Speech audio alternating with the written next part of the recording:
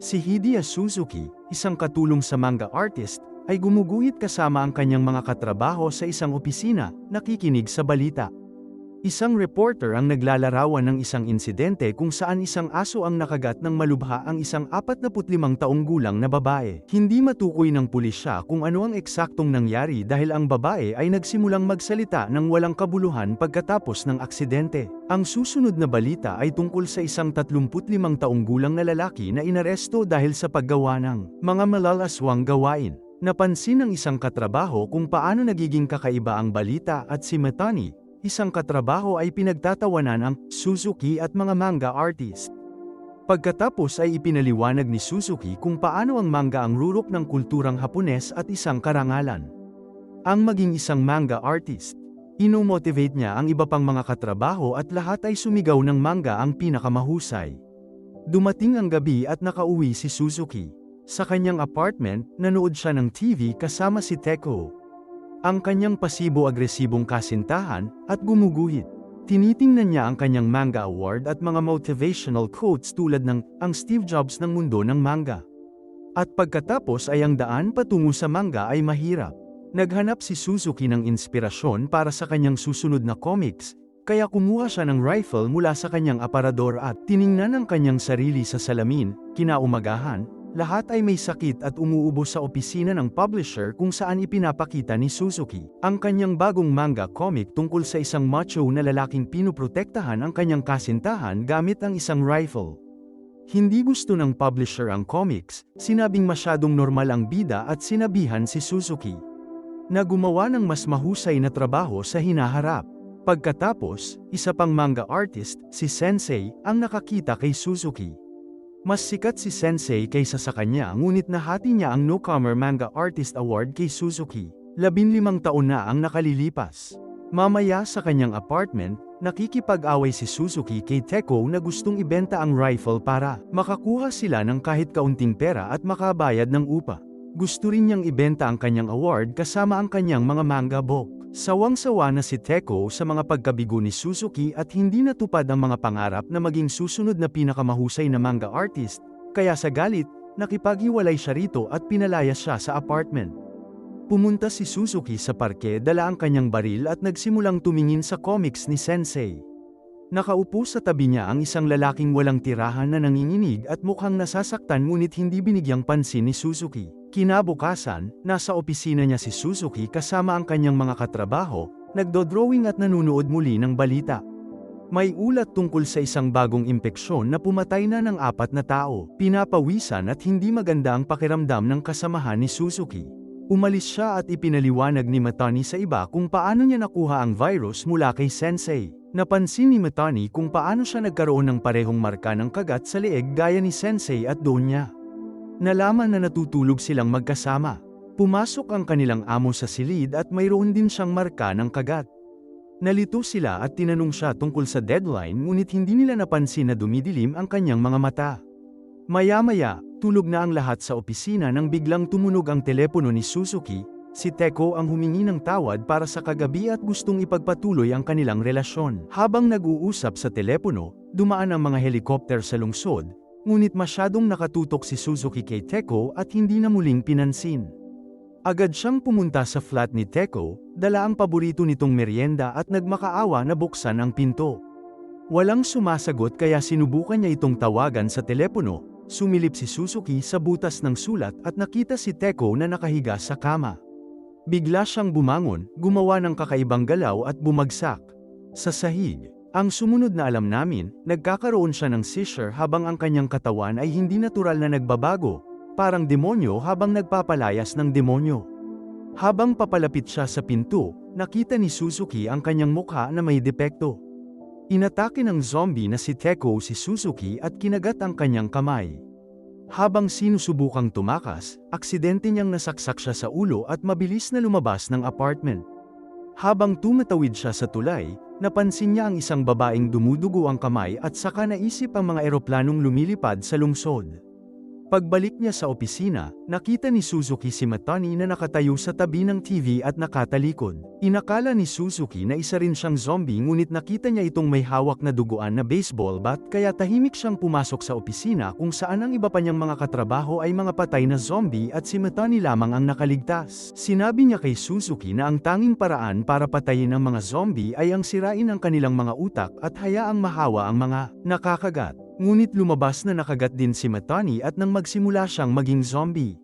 Nagpakamatay siya, sumisigaw na dumating na ang panahon ng mga manggagawang kulang sa sweldo dahil lahat ng kanilang mga amo ay mga patay na zombie na ngayon. Dumating ang isa pang nahawa ang katrabaho at mabilis na umalis si Suzuki sa opisina. Sa mga lansangan, kalahati ng mga tao ay hindi man lang alam ang nangyayari. Ang ilan ay naglalakad ng casual sa kalye habang ang iba ay tumatakbo. Sa loob ng ilang minuto, napagtanto ng mga tao na kasama nila ang mga mukhang demonyong zombie. Ang ilan ay nagsimulang tumakbo habang ang iba ay nabibiktima ng mga gutom na zombie. Desperado si Suzuki na lumapit sa isang pulis ngunit ang pulis ay isa ring zombie at sinimulang habulin ito. Tumatakbo si Suzuki nang mabilis hanggat maaari nang bigla niyang natapakan ng isang malaking grupo ng mga taong tumatakbo sa isang direksyon. Nagbabanggaan ang mga sasakyan, nasusunog ang mga gusali sa lungsod, at nasasagasaan ang mga tao ng mga ambulansya. Sa gitna ng kaguluhang yon, napansin ni Suzuki ang isang driver ng taxi na natutulog sa taxi at walang kaalam-alam sa zombie apocalypse. Bago pumasok sa loob, nilapitan siya ni Hiromi, isang estudyante sa high school. Gusto rin sana niyang sumakay sa taxi ngunit inatake sila ng isang zombie na may kausap sa telepono. Inisip ni Suzuki na binubunot niya ang kanyang rifle at tinutukan ang zombie, kaya't nakatayo lang siya nang nakatigil at binabaril gamit ang kanyang mga daliri. Kasabay nito, isang lalaking nakasut ang gustong sumakay sa kanilang taxi. Sinimulan nilang cut-open ang mga bintana ng sasakyan at sa kabutihang palad ay nakapasok din sila sa taxi. Inutusan ng driver na magmaneho patungo sa kanayunan. Sa Cat TV, iniulat ng balita ang mga pag-atake bilang mga kaguluhan. Malinaw na walang sinuman ang may alam. Kaya lumipat sila sa Tokyo TV at nanood ng isang anime cartoon na ipinalalabas. Iniisip ni Suzuki na ligtas ang Tokyo dahil nagpapalabas sila ng anime, ngunit di nagtagal ay tinapos ng channel ang cartoon at nagsimulang iulat ang mga pag-atake. Habang nanunood sila, ang lalaking naka-business suit ay may kausap sa telepono, inuutusan ang isang tao na barilin ang lahat, kahit ang punong ministro kung kinakailangan. Pagbaba niya ng tawag, nagsimula siyang magreklamo tungkol sa mga mahihirap at biglang nagpakita ng kagat sa kanyang braso. Mabilis na umitim ang kanyang mga daluyan ng dugo. Nagiging zombie siya habang sinasabing, "Hoy mga mahihirap, bigyan ninyo ako ng tissue." Hindi alam ng taxi driver na nagiging zombie na ang negosyante kaya binigyan niya ito ng tissue. Kinagat siya ng bagong zombie at pagkatapos ay nagreklamo tungkol sa kalidad ng karne ng mga mahihirap, binuksan ng driver ang pinto ng kotse at nagawa ni Suzuki na itulak palabas ang zombie. Nakahinga ng maluwag ang lahat nang magsimulang umitim din ang mga ugat ng taxi driver. Sinimulan niyang ikwento sa kanila kung paano siya naging isang mahusay na taxi driver sa loob ng 30 taon na walang aksidente sa sasakyan. Pagkatapos, nagalit ito tungkol dito at nagsimulang magmaneho na parang baliw. Pumunta si Jeremy sa likurang upuan at maswerte siyang pumunta siya dahil agad siyang inatake ng driver ng taxi. Nagsuot sina Suzuki at Jeremy ng kanilang mga seatbelt dahil mabilis ang takbo ng sasakyan. Maya-maya, bumangga sila sa isa pang sasakyan at nagsimulang gumulong. Nang magising si Suzuki, nabaligtad ang sasakyan ngunit buhay si Jeremy. Nang makalabas sila ng sasakyan, nakita nila kung paano nabara ang buong kalsada dahil sa isang malaking banggaan ng sasakyan. Walang tao ang mga sasakyan at walang tao sa kalsada kaya umupo sina Suzuki at Jeremy sa bangkita at nagsimulang mag-browse sa internet para malaman kung ano ang nangyayari. Nabasa nila kung paano ang pangalan ng virus ay scan at kung paano nito sinisira ang mga personalidad at katawan ng mga nahawaan, na nagdudulot ng mga pagkakaiba sa katawan. Nabasa nila ang isang teorya na mamamatay ang virus kung aakyat ka sa Fuji kapag naubos ang baterya ng telepono. Dumating ang gabi at nakahanap sila ng isang abandonadong bahay na matutulugan. Habang kumakain sila ng tinapay na melon na binili ni Suzuki para sa Teko, nagsimula silang mag-usap tungkol sa rifle ng Suzuki. Sinabi niya kay Jeremy na hindi niya ito ginamit dahil ang paglalabas ng rifle sa publiko ay labag sa batas. Mas nakikita niya ito bilang isang proteksyon na anteng-anteng. Pagkatapos ay sinabi ni Jeremy na mayroon din siyang proteksyon na anteng-anteng, ang kanyang mga earphone. Nagsimula silang makinig ng musika at nagsalita siya, sinabi kay Suzuki na ligtas siya kasama niya. Pagkagising nila kinabukasan, tinitigan siya ni Suzuki habang natutulog. Gusto niya ito kahit menor de edad pa ito. Ngunit napansin niya ang isang marka ng kagat sa leeg nito at kinuha ang kanyang rifle para protektahan ang sarili. Pagkatapos ay ipinaliwanag ni Jeremy kung paano siya nakagat ng sanggol ng kanyang kapitbahay 2 araw na ang nakakaraan at ang scar ay maaaring kumalat sa gatas ng ina kaya malamang nahawa na siya. Walang pakialam si Jeremy na patayin siya ni Suzuki dahil wala na siyang natitira sa mundong ito. Ngunit tumanggi si Suzuki at sinabi sa kanya na nakagat din siya. Kinuha niya ang rifle at nanumpa na poprotektahan siya hanggang sa makarating sila sa Mount Fuji, umaasang mapatay ang virus. Sinimulan nila ang kanilang nakakatakot na pakikipagsapalaran at dumaan sa isang kagubatan nang magsimulang magkasakit si Jeremy. Hiniling niya kay Suzuki na iwan siya dahil ayaw niya itong kainin. Bilang pamamaalam, binigyan niya ito ng earphones para sa good luck at nagmakaawa na umalis habang nagsisimula itong lumingon. Nagsimulang tumakbo si Suzuki sa kagubatan at lumapit sa isang lalaking napansin niya mula sa malayo. Ngunit ang lalaki ay isa lamang zombie. Inatake ng zombie si Suzuki at muntik nang lamunin ang mukha nito nang biglang dumating si Jeremy. Bilang zombie at iniligtas si Suzuki. Gamit ang kalahating demonyo, kalahating tao na mukha, sinimulan niyang tanggalin ang mga bahagi ng katawan ng zombie ngunit hindi niya sinaktan si Suzuki. Sa halip, tinulungan niya itong bumangon. Ang kalahating zombie na si Jeremy ay hindi nagsasalita sa halatang-halata kung paano siya may mga likas na ugali ng zombie.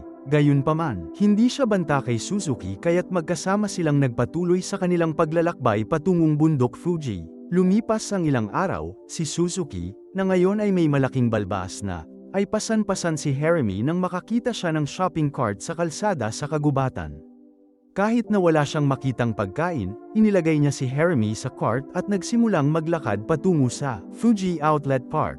Pagdating nila, walang tao sa buong outlet.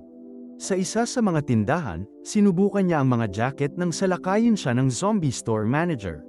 Natutulog si Jeremy kaya hindi niya ito mailigtas ngunit isa pang babaeng nakasuot ng maskara, si Sagumi Ada, ang pumatay sa zombie gamit ang isang palakol. Nagsimula siyang tumingin sa kakaibang natutulog na Jeremy nang dumating ang ibang mga nakamaskara at nagsimulang magtanong tungkol sa 2 bagong tao. Di nagtagal, lumitaw ang iba pang mga zombie kaya lahat ay nagsimulang tumakbo patungo sa isang ligtas na lugar. Lahat ng mga hindi nahawaan ay bumuo ng isang ligtas na zona sa rooftop ng tindahan. Inimbitahan si Suzuki na sumali at isinama niya rin si Jeremy doon, nang hindi sinasabi kahit kanino na siya ay kalahating zombie. Kumpleto ang mga gamit sa ligtas na zona kaya mayroon silang lahat, mula sa pagkain at mga tent hanggang sa mga libro at mga relo na Rolex. Interesado si Sagumi sa rifle ni Suzuki ngunit sinabi niya rito na isa lamang siyang manga artist. Tinanong niya rito kung ang tahimik na si Jeremy ay kapatid niya, at ipinaliwanag niya rito na nagkakilala sila habang tumatakbo.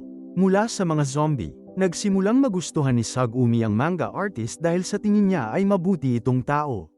Ikinwento rin niya sa kanya kung paano nabubuhay ang mga nahawaan ng ZQN sa nakaraan. Kinaumagahan, pinagmamasdan ni Jeremy si Suzuki at iniisip niya kung naiintindihan ba siya nito. Ngumiti siya at pagkatapos ay nagkwento si Suzuki ng isang tula. Mukhang bumubuti na si Jeremy. Maya-maya, pinagmamasdan ni Suzuki ang mga zombie at nakita niya ang isa sa kanila na tumatakbo. Tumatalo ng napakataas, at nauntog ang ulo sa lupa. Ipinaliwanag ng isang matandang lalaki, si Abe, kung paano ginagawa ng mga zombie ang kanilang nakagawian noon, at kung paano magkakaiba ang bawat zombie. Pagkatapos ay nagtanong si Suzuki tungkol sa mga zombie na nakaupo sa lupa at mukhang mga kapareha mula sa uling, ngunit umiwas si Abe na sumagot. Pagkatapos, pumunta si Suzuki sa isang pagpupulong kasama ang iba pang mga nakaligtas. Plano nilang pumunta sa imbakan ng pagkain sa ilalim ng lupa. Ang tanging hiniling nila kay Suzuki ay ibigay sa kanila ang kanyang rifle. Tumanggi siya dahil labag ito sa batas, ngunit sinabi ng pinuno, si Yura, na walang mga batas sa ligtas na lugar. Pagkatapos ay nagbanta si Yura na papatayin ng Jeremy kung hindi niya makuha ang rifle. Samantala, ilan sa mga nakaligtas ay sinusubukang kunin si Jeremy at sinusubukan naman silang pigilan ni Sagumi. May hinala si Suzuki, mabilis na umalis sa pulong, at nakitang si Jeremy ang kumukuha. Nagbanta siyang babarilin ng Yura gamit ang rifle kung hindi nila pakakawalan si Jeremy. Pagkatapos ay itinutok ng pinuno ang baril kay Jeremy na tahimik na nakatayo roon. Walang naghihinala na kaya niyang patayin ang lahat sa isang iglap. Pero hindi na niya ito matiis kaya itinapon niya ang dalawang lalaki sa kanya sa isang galaw lamang. At pagkatapos ay isiniwalat na isa siyang ZQN. Dahil kalahating zombie lang siya, hindi itim ang kanyang mata kundi may mga kulay bahaghari, walang pakialam ang pinuno kaya binaril niya ang kanyang ulo at bumagsak si Jeremy sa sahig. Kinuha nila ang rifle ni Suzuki habang umiiyak ito dahil sa pagkamatay ng babae. Sinimulan nilang sipin at suntukin si Suzuki habang nagmamakaawa ito ng tawa. Di nagtagal, nagsimula silang mag-away kung sino ang papatay sa kanya. Parang kahit ang mga tao ay gusto ang lasa ng dugo. Nagsimula siyang mag-away, at di nagtagal ay natalo si Yura ng ibang tao. Iniwan nilang buhay si Suzuki at natagpuan niya si Sagumi sa harap ng tulda ni Jeremy. Sa tulong ni Abe, itinago niya si Jeremy na buhay pa.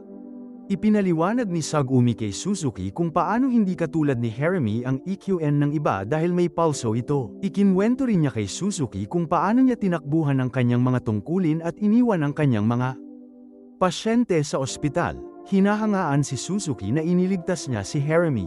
Nagpatuloy pa rin si Suzuki dahil hindi niya kayang kalabitin ang gatilyo kay Yura at dahil nawala niya ang kanyang baril. Sa tingin niya ay duwag at talunan siya ngunit sinabi sa kanya ni Sagumi na isa lamang siyang mabuting tao. Pagkatapos ay humingi ng tawad si Suzuki dahil sa pagiging isang tao na walang anumang magagandang katangian at hiniling kay Sagumi na alagaan ang batang babae dahil kailangan niyang pumunta sa imbakan ng pagkain kasama ang iba. Maya-maya, ilang nakaligtas ang naghahampas ng pantalon upang makuha ang atensyon ng zombie sa bubong. Habang ang iba ay patungo sa imbakan ng pagkain sa ilalim ng lupa mula sa kabilang bahagi ng gusali.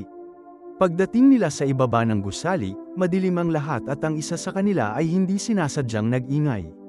Habang naglalakad sila, may nagbukas ng mga ilaw ngunit walang nagtanong dito.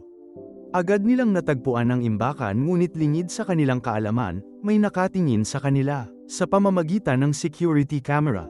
Habang nag-iimpake sila ng pagkain, binuksan ng misteryosong tagamasid ang musika sa outlet at di nagtagal, ay inatake ng isang zombie ang isa sa mga nakaligtas, naghahanap din ng merienda. Binaril nila ang biktima at ang zombie ngunit nalaman nilang puno ng iba pang mga zombie ang paradahan. Huminto si Suzuki, humihingi ng tawad dahil iniwan niya ang isa sa mga taong kinakain ng buhay. Dahil sa masamang taktika at pagiging makasarili ng mga nakaligtas, karamihan ay kinain at napatay sa paradahan. At ang lalaking may kagagawa nito ay walang iba kundi si Yura na sadyang nagbukas ng musika para makaakit ng mga zombie. Lumalabas na may iba pa siyang plano na kunin ang nag-iisang kotse sa parking lot. Sa gitna ng kaguluhang yon, nagtago si Suzuki sa isang storage locker. Kasabay nito, ang zombie na kayang tumalon ng mataas ay sumusunod sa bubong, naghahanda para sa isang malaking pagtalon. Tumakbo siya ng napakabilis at tumalon ng mataas hanggat kaya niya, at lumapag mismo sa isang tolda. Napansin ng isa sa mga nakaligtas ang mga zombie na nagsisimulang sumugod sa kanya. Kinain siya ng zombie at agad na inatake ang isa pa, dinurog ang ulo nito gamit ang kanyang mga kamay. Tinitingnan ni Yura ang mga security tape at pumasok sa isang passkey, na nagbigay daan sa pagpasok ng mas maraming zombie sa loob. Nagtatago pa rin si Suzuki nang marinig niya sa isang walkie-talkie na pinatay ng isang zombie ang halos lahat ng tao sa rooftop. Natakot ng husto si Sagami sa rooftop kung saan siya nagtatago kasama ang kanyang kaibigan kaya desperado siyang humingi ng tulong gamit ang walkie-talkie. Walang sumasagot dahil nagtatago sila o kinakain. Nagtatago pa rin si Suzuki sa locker, iniisip ang mga senaryo tungkol sa pagtakas at pagpatay sa mga zombie na nakapaligid sa kanya. Ngunit sa bawat hypothetical na sitwasyon, nauuwi siya sa pagkamatay. Nadaig na siya ng takot at imahinasyon niya kaya nagpasya siyang manatili sa locker. Ngunit narinig niya si Sagami na umiiyak sa walkie-talkie, na nagpapaalala sa kanya ng kanyang kaibigan. Alam niyang kailangan niyang malampasan ang kanyang takot kaya nagsimula siyang sumigaw at lumabas ng locker. Agad na inatake si Suzuki ng isang zombie na kumagad sa kanya. Ngunit sa kabutihang palad, may suot siyang 10 Rolex na relo sa kanyang palso at hindi siya nahawaan ng zombie. Pagkatapos ay kinuha ni Suzuki ang walkie-talkie at sinabi kay Sagami na papunta na siya. Ngunit nagpa siya silang dalawa na magkita sa parking lot at sumakay sa isa sa mga kotse. Habang nilalabanan ni Suzuki ang mga zombie gamit ang kanyang matalinong taktika tulad ng paglalagay ng kanin sa sahig para madulash ang zombie, pasa ni Sagami ang kanyang kaibigan papunta sa parking lot. Pagdating niya, natagpuan niya si Yura na gustong makipagtalik sa kanya at iniwan si Sagami. Ngunit nakagat din si Yura kaya mabilis siyang naging zombie. Nagsimulang tumakbo si Sagami habang nakasakay ang kanyang karelasyon ngunit sa kabutihang palad ay dumating si Suzuki at iniligtas sila. Natagpuan niya ang rifle at pinasabog ang utak ni Yura. Di nagtagal, nakita nila ang isang malaking grupo ng mga zombie na humahabol kay attorney. Napalibutan ang mga nakaligtas ng mga zombie at walang nakakaalam ng gagawin. Ngunit ang kanyang karelasyon ay nagsimulang magsalita sa unang pagkakataon. Ikinwento kay Suzuki kung paano ang pakiramdam kapag kasama niya ito. Pagkatapos ay nagkaroon siya ng motibasyon at nagsimulang barilin ang pinakamaraming zombie hanggat maaari. Sa huli, sina Suzuki, Hiromi at Sagami lamang ang nakaligtas. Napatay nila ang lahat ng mga zombie maliban sa atletang zombie na tumalon sa bubong. Isang bala na lang ang natitira ngunit nagawa ni Suzuki na barilin ang zombie sa ulo. Dahil naduraj na ang ulo ng zombie, hindi siya naapektuhan ng bala. Sa halip, dumiretso siya kina Sagami at Hiromi. Ngunit hindi sumuko ang bida kaya ginamit niya ang rifle na parang paniki at habang tumatagal ay tuluyan ang sinisira ang utak ng zombie. Lumabas ang tatlo sa outlet, napapaligiran ng ilog ng mga patay na zombie. Sa loob ng kotse, nagsindi si Sagami ng sigarilyo at binuksan ang musika habang iniisip ni Suzuki kung magiging zombie ba siya. At pagkatapos ng lahat ng yon, hindi pa rin niya iniisip na isa siyang bayani.